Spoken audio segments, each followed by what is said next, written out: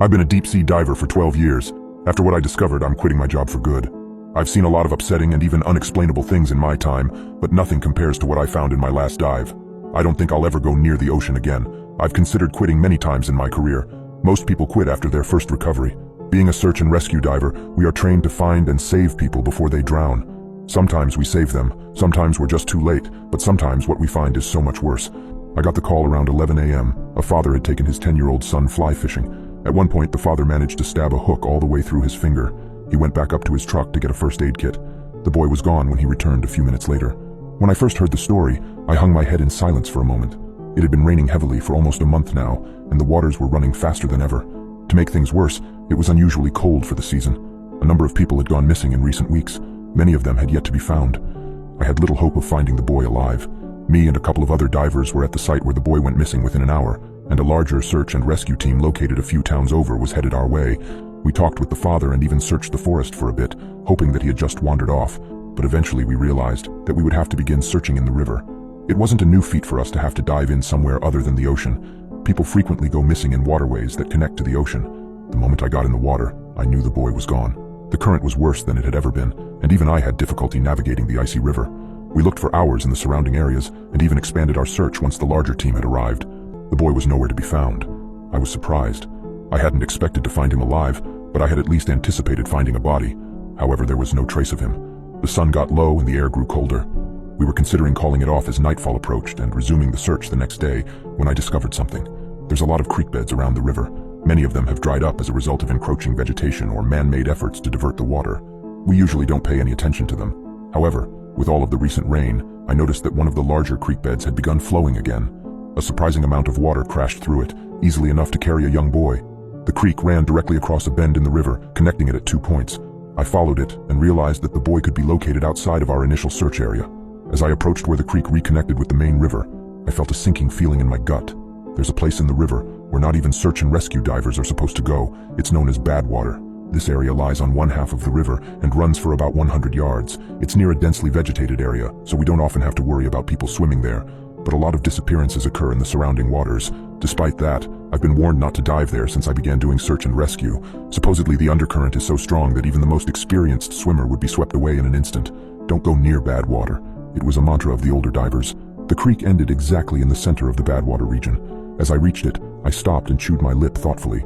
If I went back and reported this to the other divers, they would tell me to let it go. They wouldn't let me dive there. But deep down, I felt like the boy's body must be tangled up in some weeds nearby. If only I could find it.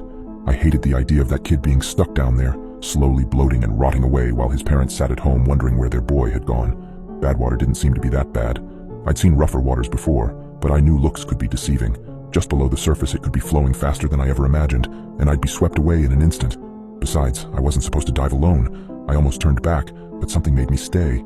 I stared into the river for a moment, thinking about the boy. Then I put on my gear and dropped into the icy waters. The first thing I noticed was that the current actually seemed pretty weak. As a matter of fact, it was weaker than the rest of the river. The water was extremely deep there, and I could see only blackness below as I dove. I kicked deeper and deeper, thinking that the current might pick up lower down, but the opposite seemed to be true. The water was almost completely still. I went even deeper, until finally green shapes began to materialize in front of me. I thought I'd finally reached a bed of weeds, but as I kicked lower, the truth came into full view. I felt vomit come up at the sight, an odd and dangerous sensation when you're wearing a scuba mask. Countless arms stuck up from the ground below. I thought I had come upon a trove of bodies, but the disgusting reality became even more apparent only a moment later. The arms grew directly into the ground. They even had roots that spread out from the base. It was as if someone had cut off hundreds of arms at the shoulder and planted them there. They were green, and I watched as they clutched at the water around them. They varied in size and seemingly age. Grotesque baby hands sprouted near the bottom, and they opened and closed their fists hungrily. It was then that I saw the boy. His eyes stared sightlessly ahead as those grotesque arms pulled his dead body downward. It seemed they had just gotten a hold of him. The arms yanked at him, burying him in the surrounding sediment. They pushed and writhed and squirmed until he was securely buried up to the chest. I stared in mesmerized horror. That was when the other bodies came into focus. There must have been at least 4 more, all in varying stages of decay. Some were bloated beyond recognition, only bulky white masses that protruded loosely from the riverbed. I once again felt vomit rising in my throat and swallowed it back down. The hands were feeding off the bodies, using them as fertilizer. The moment I clambered out of the water, I tore my mask off and retched. I couldn't stop thinking about those disgusting bodies, those grasping hands. They were like some sort of carnivorous plant, yet they were so humanoid. I vomited again at the thought. I frantically ran back to our base camp and pulled one of the other divers aside. Moose was the most experienced person on our team. He'd been diving for over 20 years ever since moving here. I told him about what I saw. When I finished, he stared at me in cold silence. I told you never to go near Badwater. His voice contained an iciness that even his thick Louisiana accent couldn't conceal. That's what you're concerned about? I was incredulous. He placed a hand on my shoulder and squeezed tightly. Don't tell anyone else about this.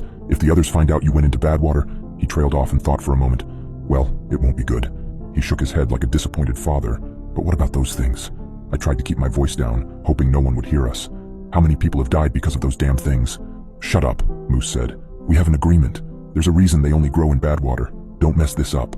I started to say something, but the words caught in my throat. He was keeping something from me. He sighed and I saw something like sadness behind his eyes. Sometimes you have to decide between lesser and greater evils. Even the best possible decisions can still keep you up at night. He went silent for a moment and only stared at me. Don't tell anyone about this. Maybe one day you'll understand. He walked away after that and called off the day's search. Despite what I told him, we continued to search for the next 2 days. By the third day, we called it off completely and gave our condolences to the family.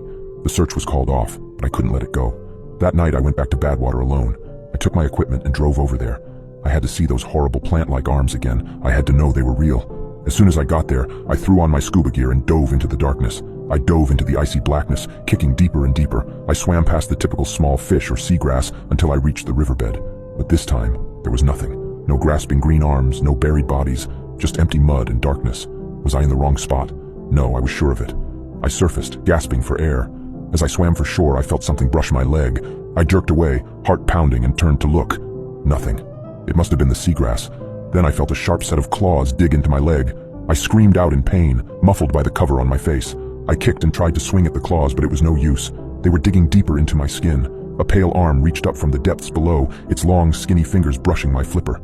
I felt another set snatch onto my forearm. It was taking my arm. I screamed and swam faster, and the claws fell out of my skin. I finally stumbling onto the shore. There were rips in my wetsuit. Blood was seeping from my skin. What the hell was that? I turned back to the water, shaking. The river was calm and still. No sign of the nightmarish arm. Had I imagined it? Was I losing my mind? Just as I stood to leave, I heard Moose's voice behind me, cold as ice. I told you not to come back here.